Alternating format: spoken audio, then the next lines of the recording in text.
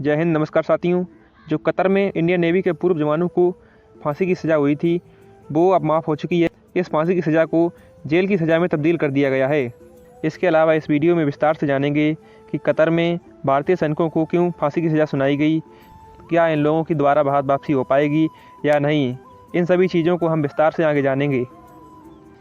देखिए, अक्टूबर में भारतीय नेवी के 8 पूर्व सैनिकों को सज़ा ए मौत यानी कि फांसी की सज़ा सुनाई गई थी, लेकिन इन सैनिकों को सुनाई गई फांसी की सज़ा अब जेल की सज़ा में बदल चुकी है।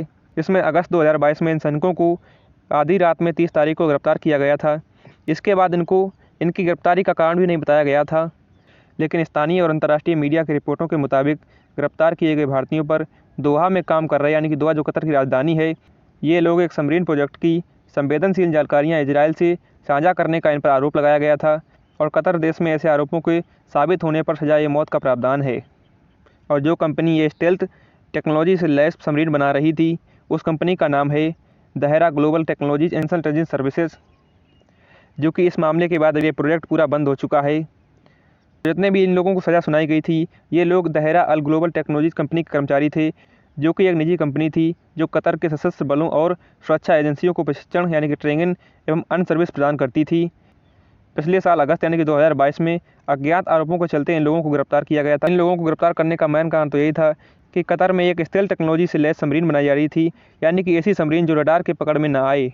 और इस कंपनी में काम करने वाले ज़्यादातर लोग भारतीय नौसेना के ही लोग थे। देखिए, भारतीय नौसेना के पूर्व सैनिकों को फांसी की सज़ा सुनाए जाने के बाद भारत के विदेश मंत्रालय ने वहाँ की अदालत में अपील दायर की थी। इसकी पहली सुनवाई 20 नवंबर को और दूसरी सुनवाई 23 नवंबर को हुई थी। इन दोनों ही सुनवाई में भारत के राजदूत को इन लोगों से मिलने की अनुमति नहीं थी, यानी कि अब तक इन दोनों सुनवाई तक भारतीय राजदूत को काउंसलर एक्सेस हासिल नहीं थी। काउंसलर एक्सेस का मतलब ये होता है कि कतर में मौजूद भारतीय राजदूत इन पूर्व 8 सैनिकों से मिलने में सक्षम नहीं थे। देखिए, इस घटनाक्रम का सबसे बड़ा बदलाव ये है कि 1 दिसंबर को पीएम मोदी और कतर के अमीर की दुबई में मुलाकात हुई। ये मुलाकात कोप 28 के सम्मेलन के दौरान दुबई में हुई थी। इस मुलाकात के सिर्फ 2 दिन के बाद यानी कि 3 दिसंबर को भारतीय राजदूत को काउंसलर एक्सेस मिल गई। इसके बाद 7 दिसंबर को एक और सुनवाई हुई। इसके बाद 28 दिसंबर को कतर की अदालत ने मौत की सज़ा को कम कर दिया और इनको जेल की सज़ा में बदल दिया। ये चीज़ भारतीय डिप्लोमेसी के लिए बहुत ही बड़ी बात है, यानी कि एक बहुत ही बड़ी इंडियन डिप्लोमेसी की जीत है।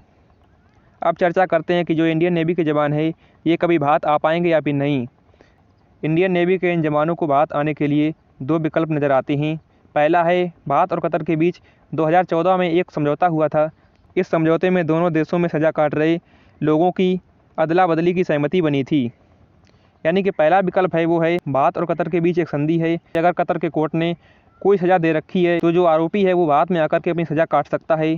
अगर ऐसा होता है तो वे भारत की न्याय प्रणाली के तहत आएंगे और केस भी उन पर चल सकता है। दूसरा विकल्प ये है कि कतर के जो शासक हैं यानी कि उनका जो राज परिवार है वो इनकी सज़ा को माफ़ कर सकता है, जैसे अपने यहाँ पर राष्ट्रपति किसी की सज़ा माफ़ कर सकता है।